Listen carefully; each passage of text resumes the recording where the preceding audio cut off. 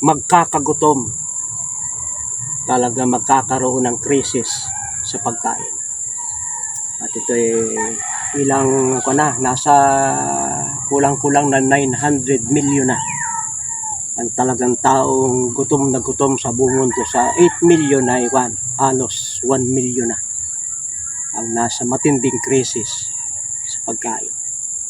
Ang sabi ng Panginoon ay magkakampi-kampi ang mga bansa laban sa bansa, yung mga alyansa ng mga nasyon, League of Nations ay mabubuo at pagkasabi din at magkakaroon ng malalakas na lindol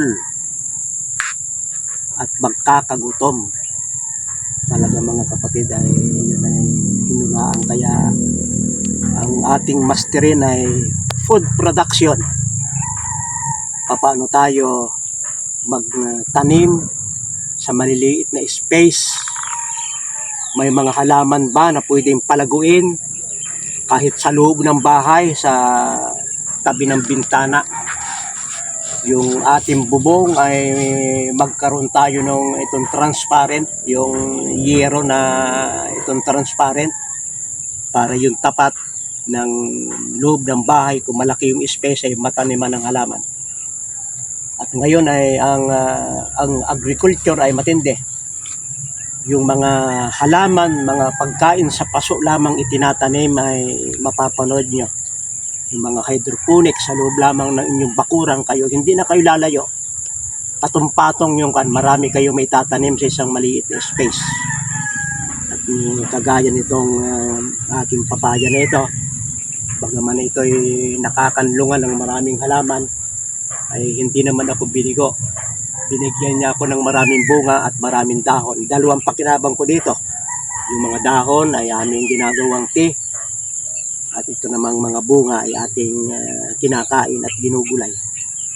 Kaya pag meron kayong isang ganito, ay kung magkasawa lamang kayo, ulam ito maghapon. Alam pa nyo nung kami mga bata pa, ang kapartner ng papaya ay talbos ang kabuti o kangkong. Kung gusto niyo masarap, itong kadyos patani, yun ang partner ng papaya. At pag noon ay mayroong bagong anak at nagpapadidi, ay sinusuplayan ng papaya na ang halo ay malunggay.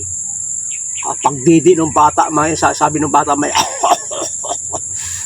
nasirit yung gatas ay natitigakan. Nabubulunan yung bata sa lakas ng sirit ng gatas, sapagkat ang papaya ay napakasustansyang pagkain. Napakarami mga vitamins at minerals na kailangan ng ating katawan. Ay seryosohin natin mga kapatid. Pag kayo ay maluho sa pagkain o kumakain ng sobrang dami, maraming klase, ating pag-aralang magtipid, sapagkat hinulaan mismo ni Kristo, sinabi sa Mateo 24, magkakagutom, lilindol sa iba't ibang dako at magkakaroon ng digmaan. Maraming salamat sa inyong pagsubaybay sa Pag-asa sa Landas ng Buhay.